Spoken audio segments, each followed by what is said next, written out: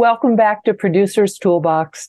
I'm your host, Carol Adrian, and today we have a very cool program for so many of us who are creating content from home.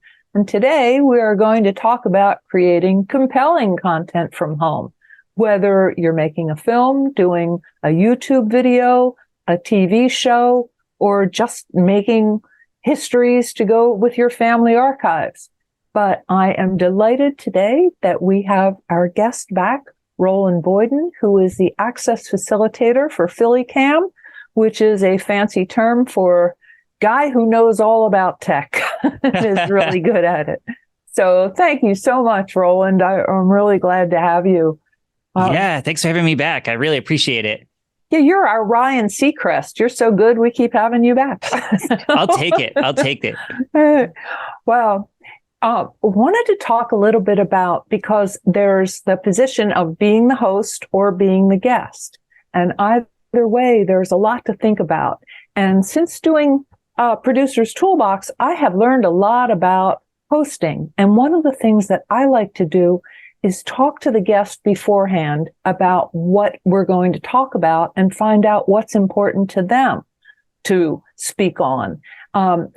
There's a whole other way to deal as a host. If you're doing an expose or a 60 minutes type news presentation, that guest is likely not getting those questions ahead of time. You kind of want them to be a little off balance, so you may get some wonderful bombshells coming out in the interview. But we like a calm, informational interview. So, Roland, what's your experience? Now, you've been on both sides as well. So what do you find to be the pertinent points of guesting or hosting? Yeah, well, first, just getting to be a part of your show has really, I feel like I've learned a lot just from seeing your process, and I've really come to appreciate that work that you do ahead of time, I think, is invaluable. And so I think that's something that I'm now thinking a lot about moving forward. Through my work at PhillyCAM, I end up kind of being the technical advisor for a lot of this virtual, or we do a lot of now hybrid production. So there might be somebody sitting I'm actually at PhillyCAM right now in one of the studios. So there might be a host sitting in the studio, but all the guests are virtual. Or we might have a panel, but the host lives in another city, so they're virtual or something like that. So it's a bit of both. So we've really had to learn as we go on the fly about, how do we make it look good and sound good and all the technical things that I would say are more my area of expertise. But what I've learned over time is it's really the content that is the key part of it. Being an engaged guest, being ready to talk, whatever you can do to make your guest feel comfortable. Again, unless you're trying to unless you're trying to put them on edge because you're doing the 60 minutes thing, but you're doing something like this, having that prep work ahead of time, that foundation laid where you've had some conversations ahead of time, so you have some familiarity. I think it's easy in some ways to get, we're about to talk about all the tech stuff, which is great because that's the part I know anything about. But you're right about the prep, though. I'm going to hold this up to the camera. These are our notes, because I spoke with Roland at some length beforehand and got a lot of the pertinent facts. So they're not coming right out of my personal consciousness. We did discuss this. So I know, what the areas are where his expertise is really extremely important to anybody doing a production. So I'm sorry I stepped on you there. No, that's great. Yeah, I think it was really, to me, it was incredibly helpful. You took me kind of rambling on a phone call and distilled it down into some bullet points that you could then send back to me as notes, which was very helpful for me to kind of see how my scattered brain thoughts could actually be distilled into something functional. So, but yeah, as a little anecdote about that sort of balance between just being prepared as the person who's going to be speaking on camera versus the technical side. Early on in the pandemic, I got to be on the local Fox affiliate here and do a virtual interview kind of like this to talk about a little bit about what we're talking about, how to prepare some of the technical aspects in your home. But I got so obsessed with my image and what my image would look like. I spent all day long. I think Kevin might have a picture of this. I hooked up every single piece of equipment I own in my home. And basically time ticked down right up until I had to do the interview. And I realized I hadn't reviewed the questions. I hadn't prepped. I hadn't brushed my hair. I hadn't put a better shirt on. I'd spent all my time on the equipment. I was kind of all over the place. I didn't know where I was looking. The camera was too far away from the screen. So I was looking down like this the whole time. There's just a bunch of stuff that, because I was so obsessed with just the image and just the audio, I kind of missed that. So now when I advise people, I tell them, like, first and foremost, allot your brain power to being a good, present, focused guest. And then from there, we can work out some things. It's obviously still important that people can hear you and see you, and it's not distracting. But yeah, remember to focus on those things too, and don't just go hog wild getting every piece of equipment you can get your hands on. So. It really is a 50-50 thing. It's whatever you're projecting in terms of interview or personality or appearance, but the technical stuff can be pretty tricky. And yet, like with cell phones and computers and webcams, I mean, we really have an astonishing range of ability with very little equipment. And people like, I'm equipment challenged. So I've been learning a lot from you too. So what would you say, like, what are the questions? Somebody like me who isn't really familiar, I have a few little things and a ring light and that, but if I'm doing that for the first time, what equipment should I be paying most attention to or thinking about or saving up for? Yeah, definitely. Those are great questions that we think about all the time. So I think the first thing I must tell people is there's a lot of things you can do without having to procure anything or buy anything that make a kind of surprising amount of difference. So things like how you're framed in the image. So you have beautiful framing right now. The camera's right at eye level. You have just the right amount of headroom. Your image looks fantastic for that. So that gets an A+ for me, Carol, on your framing here. Purely accidental. A lot of times what we see if you just plunk a laptop down on your desk or something is the camera's much too low and it's going to kind of be looking up your nose a little. The kind of reverse struggle is if you have a big monitor or a home TV or something and you plunk a webcam on top of that, it can be kind of peering down at you from way up above. And so just kind of getting that camera somewhere near eye level, that alone already makes a huge difference. And that's not without having to like purchase equipment and things like that. So a couple easy ways to do that are put your laptop on a stack of books. I do that all the time. That's the super non-technical way of getting your webcam up a little. And then we actually started for the reverse problem where you have a big monitor where the webcam would be way up high. We've started at PhillyCAM using these little like $14. You can find any number of them on Amazon. It's almost like a selfie stick with 3 little feet on it. I think we might have a picture of that as well. A mini tripod? Yeah, a little tabletop tripod that you can put your webcam on. And it looks a little silly to you as the person in your living room in that the webcam's kind of floating smack in the middle of your screen. But not only does that get the webcam right at eye level for you, but it also, you can kind of put it as close to the person on the other end of the Zoom call that you're conversing with as possible, so that as you're kind of looking at them, you're also looking closer to your webcam. So that's another advantage of kind of being able to put that, as I bump my microphone, put your webcam right in the middle of the screen. So those are a couple of ways before we even talk about purchasing any extra equipment or getting anything like that. To just get the framing of your image looking nice. Can you use those mini tripods if you're using your phone as a camera?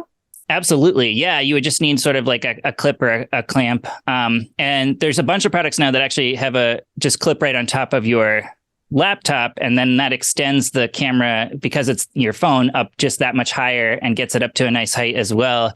And then it can either be right over Wi-Fi or plugged right into your computer with a USB cable.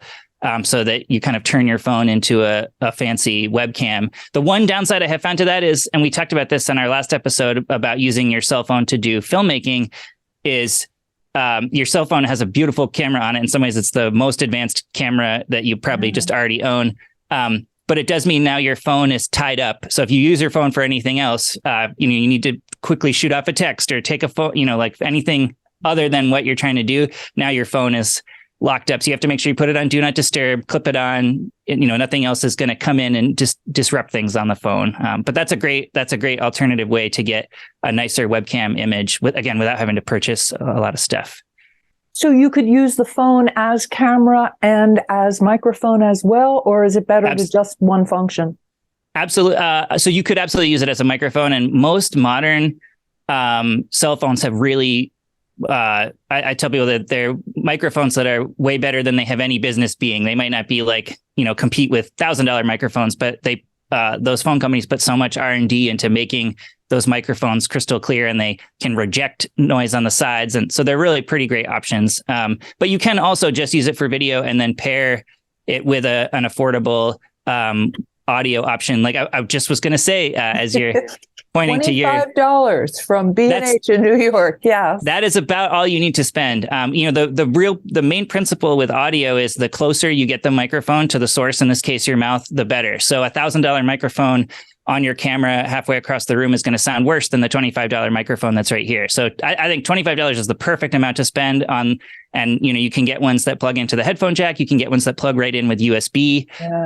That's really, that'll get you 95% of the way there for sound. And so I think that's a great, your cell phone and a $25 microphone. That would be a great pairing. And then you would just have to think about some lighting, which we can talk about at some point, maybe now. I don't know if I'm jumping us ahead here, but no, let's do that. And then I want to, you had said some terrific things about background, but go ahead with the lighting. Now I have a tiny little webcam that, again, I bought online, and it has a ring light on it. So the whole thing is about a 3-inch diameter. So that's all the light I'm using right now is that tiny ring light. And again, I think it looks great. And I love those solutions too, just for the sake of simplicity. The light is powering off the same cable that's powering the webcam itself. So there's not extra power cords and things to hook up. That can just be a really great way to get some additional light on you. Again, when I start with people, I'm trying to think of what are the free ways or the simple ways to get. So if you've got windows in your house, face toward a bank of windows, so the light is lighting you from the front instead of having a bunch of windows right behind you. If you just have some desk lamps that you can, put there, you can use the lighting that you have. But yeah, webcams that come with the ring light, are really nice. They also give you that good sort of catch light in your eye, where it kind of gives you the sparkle in your eye, which, the filmmakers get all nerdy about, but, is a great little bonus of those ring light, that come with the webcam. And then there's also, again, in that sort of $25 to maybe up to $50 range, there's a bunch of really affordable lights that are meant to go on those little stands, and places like B&H, or I try not to recommend Amazon if I can, but so B&H is a great place to go look. They have similar prices and free shipping and things like that. If you look at some of their lights that are made for these kind of interviews in that $25-ish range, there's some really great stuff now. And I often tell people one thing you can look for are lights that come with a little bit of diffusion. So if you're looking at the listing, instead of just like big dots of the strip of the light, if it has a little panel of some frosted glass or something on it in front, there's some lights like that. And that just helps kind of soften the light a little. It's a little less intense. That's what I like about those ring lights too, is they usually have a little bit of diffusion around them so that it's a little bit softer. You get a nicer light than if you just had kind of a bare bulb shooting light directly at you. Right. Now we don't want overhead. Am I correct in assuming that we don't want the overhead lights on? I guess it depends. You can be strategic with it if you can position yourself in your house so that your overhead lights are. What you don't want is a light that's just like directly overhead. You kind of get, they call it like raccoon eyes, where you get these sort of shadows under your eyes because that light is shooting straight down on you.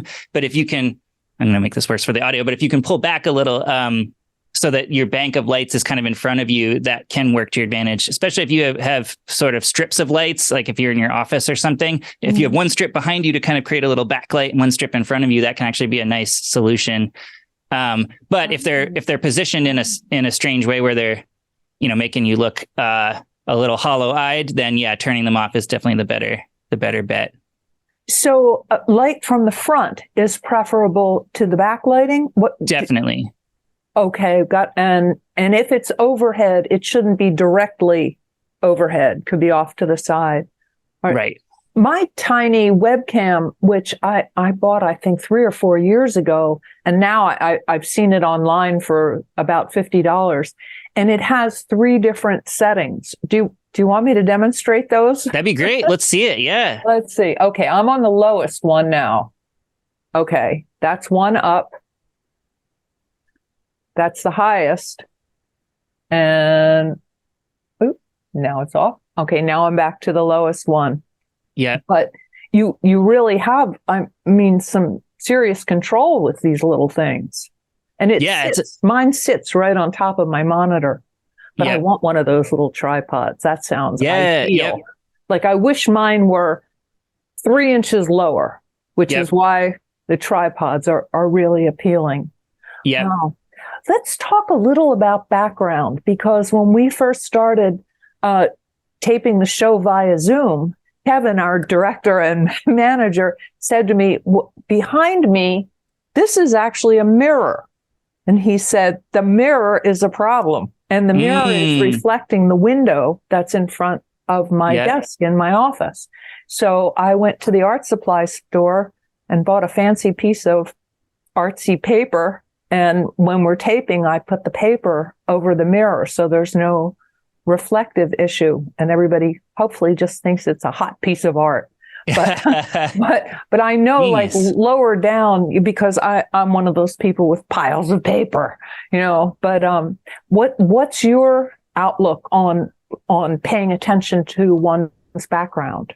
Yeah, I mean, I think just even giving it some thought is definitely a step up from some of the virtual interviews I see. So where, people just sort of plunk a camera down somewhere and then there could just be like total chaos behind them or a big mess. Or sometimes it could go the other way where it's just a straight white wall and your webcam doesn't kind of know what to do with it and it's always pulsing, or it's just black. And so you're kind of in this void or something. So I think there's kind of a happy middle ground where you, like, I think part of in some ways, the charm of doing these virtually is we know that you're doing it from your home office or so I think it's okay to see some of your natural setting behind you. It kind of adds an element of interest to it, but it's a matter of what you really don't want is something so distracting behind you that no matter what you're talking about, the person listening to you is only thinking about like, oh my God, what is that in the background that's constantly moving back and forth? Or there's some weird little thing, in the background protruding right from behind their head. What is it? Or so, trying to think about how to, if you can, take a little time to curate that background so that it's not quite so busy,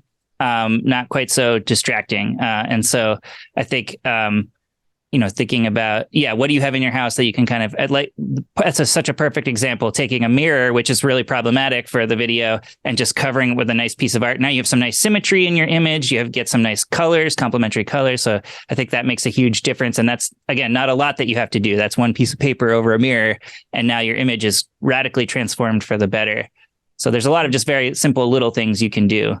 But it's definitely worth considering. I think, again, you could have the best camera in the world, but if you have an obnoxiously cluttered background behind you, that's still what people are going to think about. They're not going to be thinking about the fact that you have some expensive camera and lens.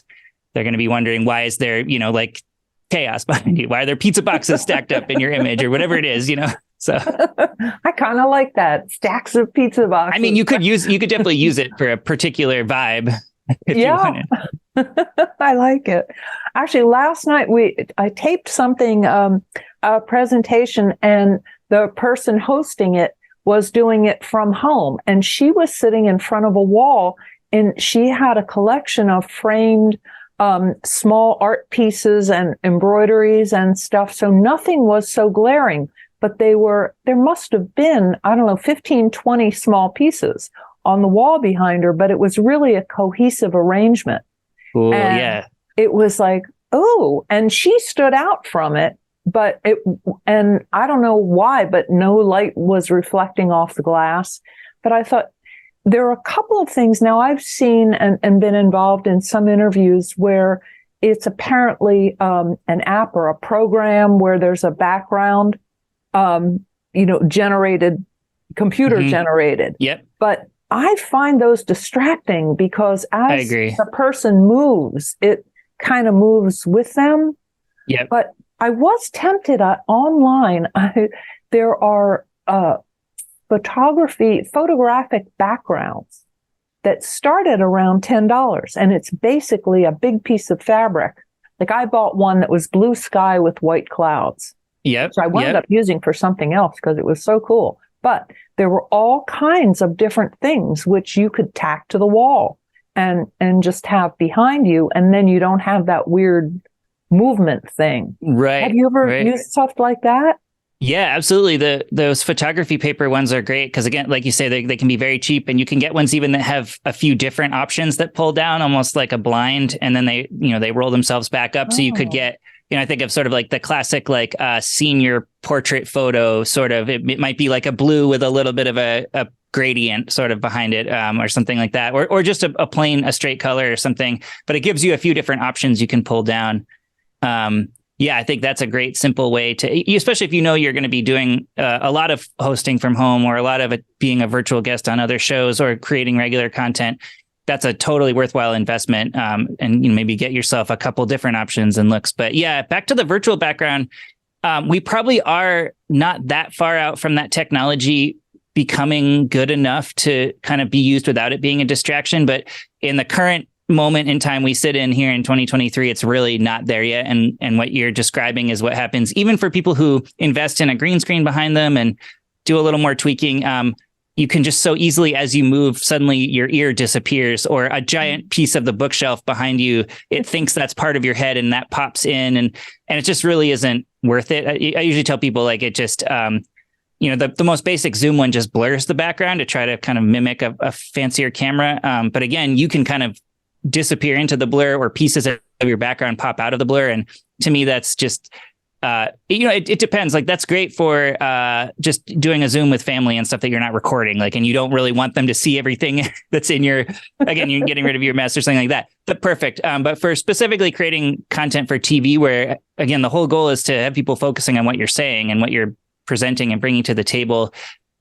Those things are just going to be a distraction, things popping out of the side of your head, or pieces of your head disappearing. And so that technology just isn't quite there yet, I think, for TV use. Well, that brings up something that you said referring to the prep.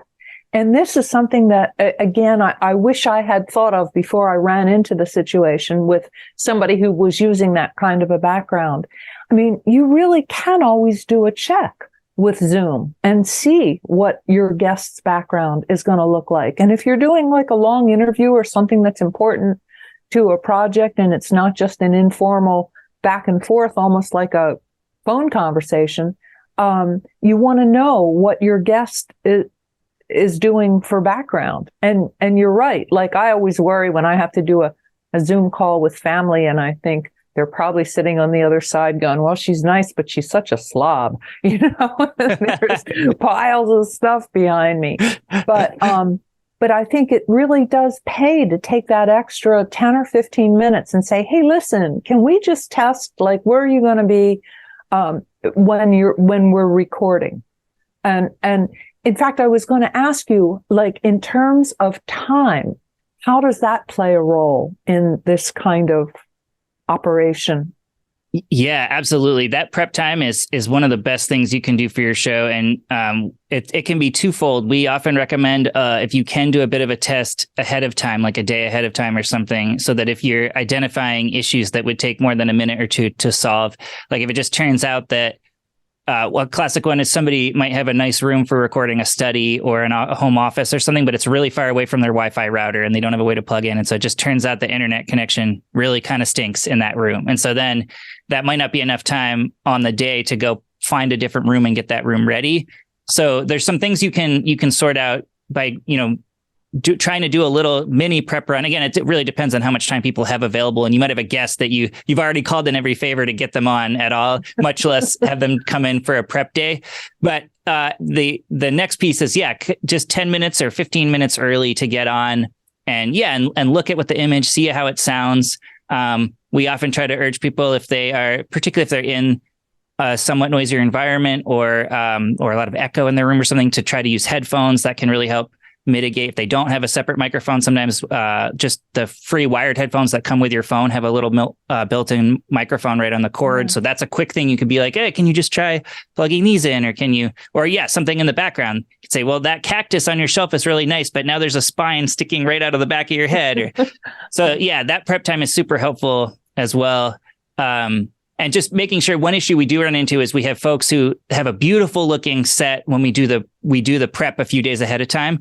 And then we do the actual show and they're like, oh, I forgot my daughter had soccer practice. I'm in the car. And you're like, oh, well, now we're on TV and we're looking, you're kind of shakily holding your phone in the car and your beautiful set you built is for no more. So making sure people are actually going to use what you prep with them too is another piece of it. Oh, and you brought up something really important, which is make sure you're in a place where your internet connection is good, right?